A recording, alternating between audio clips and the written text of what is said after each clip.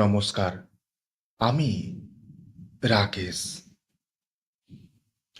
আজকের এই ঘটনাটা আমার বানানো সবথেকে রহস্যময়, রোমাঞ্চকর ঘটনা হতে চলেছে। আমার ভিডিওগুলো যদি তোমাদের ভালো লাগে, একটা সাবস্ক্রাইব, লাইক এবং একটা পজিটিভ কমেন্ট করে দিও।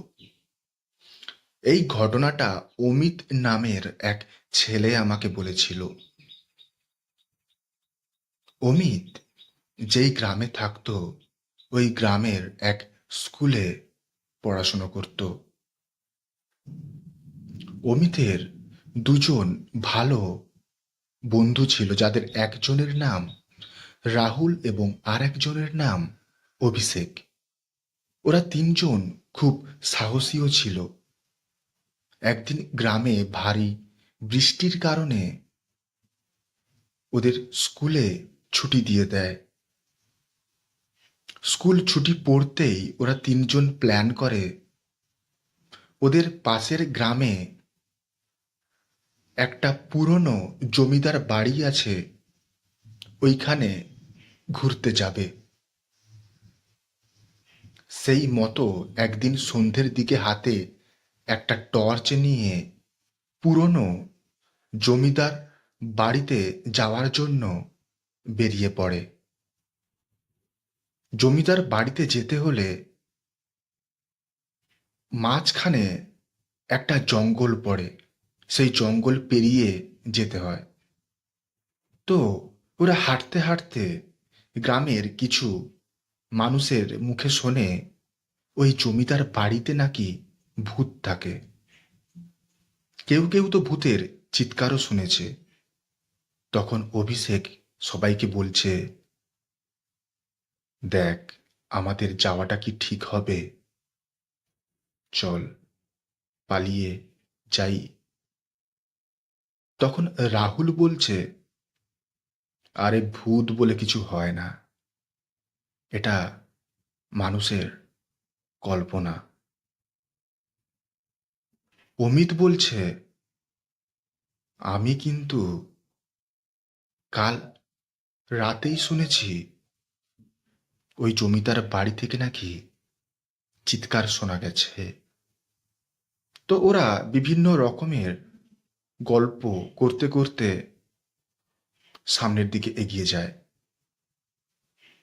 আস্তে আস্তে ওরা সেই পুরনো জমিদার বাড়ির সামনে এসে পৌঁছয়। ওরা তিনজন জমিদার বাড়ির ভেতরে ঢুকতেই ওদের দিকে লক্ষ্য করে কেউ ঢিল ছোড়ে। ওরা সাহসী হওয়ায় আরো একটু ভেতরে যায়। ভেতরে যেতেই ওরা দেখে একটা ছায়া ওদের সামনে দিয়ে চলে যাচ্ছে। অমিত তখন চিৎকার করে বলে, বাড়ি থেকে কেউ কোনো ডাক শোনাচ্ছে না। ওরা তিনজন সেই ছায়ার পেছনে পেছনে যেতে দেখে একজন রোগা লোক দাঁড়িয়ে আছে। ওরা তিনজন সেই লোককে ধরে ফেলে। সেই লোকটা ভয়ে হাত জোড় করে ওদের তিনজনকে বলে, আমি চোর, পাশের গ্রামে চুরি করি অভাবের কারণে। এই বাড়িটাই আমি আশ্রয় হিসেবে ব্যবহার করি। গ্রামের লোকেদের মুখে মুখে আমি নিজেই ছড়িয়ে দিই যে এই পুরনো জমিদার বাড়িতে ভূত থাকে, তাই কেউ এই বাড়িতে আসেও না।